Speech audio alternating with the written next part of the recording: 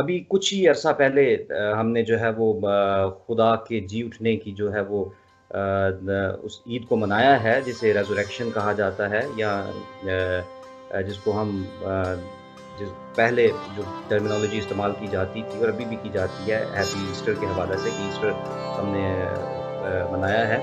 لیکن سب سے بڑی بات یہ ہے کہ کیا ہم خدا کے ساتھ ویسے ہی چلتے ہیں جیسا کہ وہ چاہتا ہے؟ کیا ہمارے خیالات جو ہیں وہ خدا کے ساتھ یا اس کے کلام کے وسیلہ سے جو خیالات وہ ہمیں دیتا ہے اس سے ملتے ہیں، یا ہم میں کہیں نہ کہیں تضاد پایا جاتا ہے؟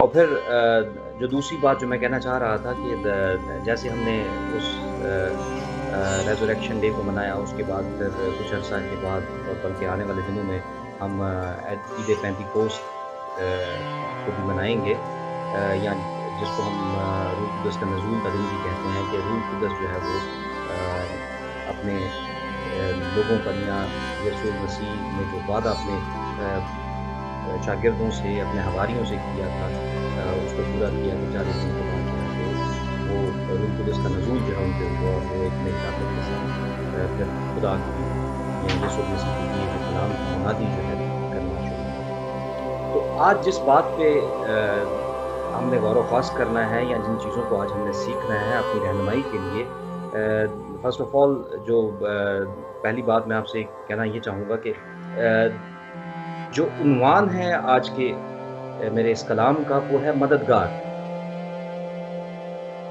ہم آج جو ہے وہ از روح بائبل یہ سیکھیں گے کہ مددگار کیا ہے، اور ماضی سے لے کر یسوع المسیح کے اٹھائے جانے تک کتنے مددگار جو ہیں وہ مہیا کیے گئے اس دنیا میں، اور اس کے بعد پھر جو ہے وہ یسوع المسیح جب اس جہان فانی سے اٹھا لیے گئے اور اپنے باپ کے پاس پہنچتے ہیں، تو وہاں پہ پہنچنے کے بعد اپنے وعدے کے مطابق انہوں نے اپنے شاگردوں کو وہ مددگار بھیجا۔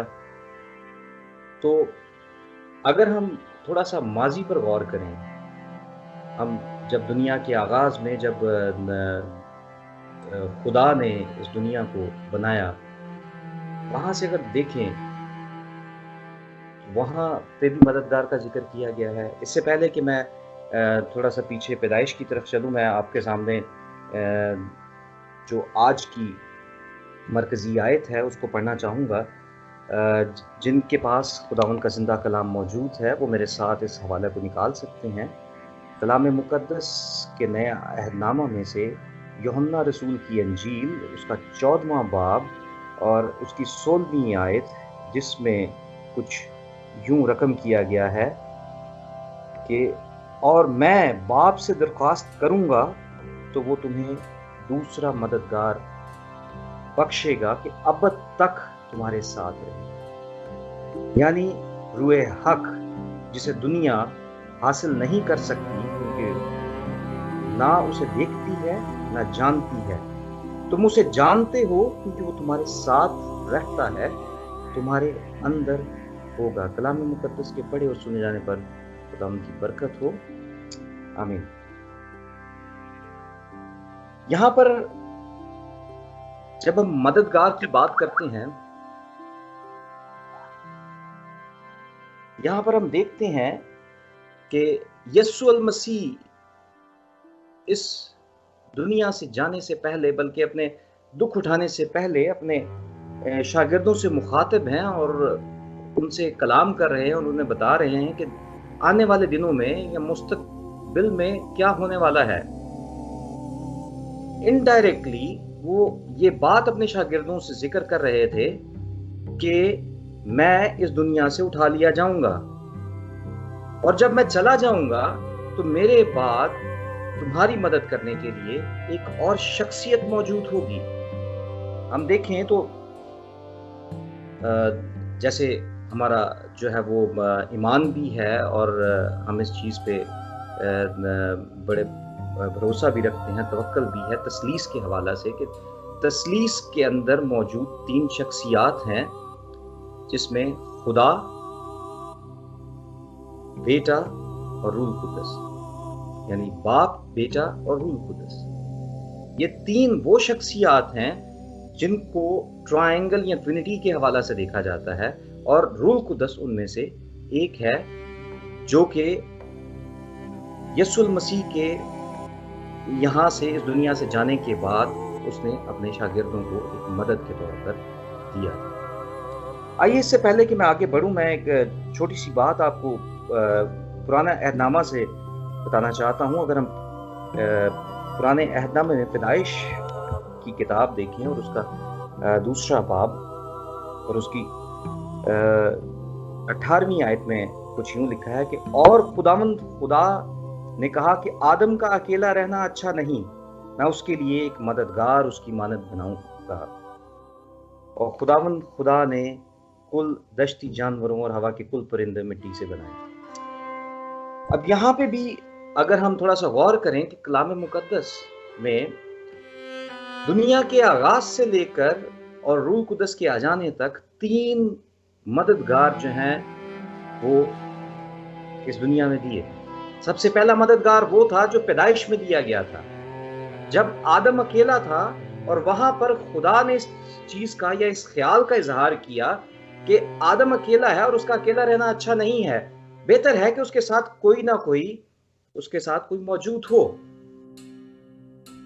اور اس کہانی سے آپ بخوبی واقف ہیں کہ خدا نے گہری نیند بھیجی آدم پر، اس کے بعد اسی کی پسلی میں سے ایک پسلی لے کر اور جو ہے ہوا کو جنم دیا اور ہوا کو بنایا تاکہ وہ اس کا بطور مددگار اس کے ساتھ رہے۔ اور پھر اسی کے وسیلہ سے ہم دیکھتے ہیں کہ آگے چل کے گناہ جو ہے اس دنیا میں آیا۔ اب اگر اس کو ہم جسمانی طور پر لیں اور آگے اگر ہم نئے عہد نامے میں بھی دیکھیں تو وہاں پہ بھی غالباً اس چیز کا بڑا ذکر کیا گیا ہے کہ جب ایک جوڑا جو ہے وہ جب اکٹھا رہتا ہے تو ان کے آپس میں کیا رسپانسبلٹیز ہیں، کیا فرائض انہوں نے سر انجام دینے ہیں، وہ بات کی باتیں ہیں۔ لیکن جو سب سے بڑی بات ہے یہاں پر جس چیز کو ہم دیکھتے ہیں وہ یہ ہے کہ ایک آدم کے لیے ایک اما ہوا کے صورت میں جو ہے وہ ایک مددگار دیا گیا تاکہ وہ اس کی مدد کرے، حالانکہ وہ ایک دوسرے کے ساتھ مل کر چلتے ہیں۔ اگر ہم نئے عہد نامے میں دیکھیں تو میاں بیوی کے بارے میں بھی کچھ ایسا ہی لکھا ہے کہ جو ہسبینڈ ہے یا جو مرد ہے وہ گھر کا سربراہ ہے، جیسا کہ یسوع جو ہے وہ کلیسیا کا جو ہے سر ہے، اسی طرح ایک شوہر جو ہے وہ بھی اپنے گھر کا جو ہے وہ سب کرتا دھرتا ہے، وہ بھی کلیسیا کا جو ہے وہ بھی اپنے گھر کا جو ہے وہ سربراہ ہے اور وہ اپنے گھر کا سر ہے، اور وہی جو ہے ساری چیزیں لے کر چلتا ہے۔ تو اس میں ہم دیکھتے ہیں کہ مرد کو جو ہے وہ خدا کی طرف سے جو ہے وہ اوپر رکھا گیا ہے ایز اے سر کی صورت، حالانکہ وہ سب کچھ اپنی جگہ پہ ٹھیک ہے، لیکن اس کے باوجود پھر شوہر کی بھی کچھ آگے چل کے ذمہ داریاں ہیں جو کہ وہ مددگار کے طور پر وہ اپنی بیوی کے ساتھ لے کر چلتا ہے، اور پھر اس کے ساتھ ساتھ ہم دیکھتے ہیں کہ وہ اپنے خاندان کو کس طرح سنبھالتا ہے، ان کی سربراہی کرتا ہے، رہنمائی کرتا ہے۔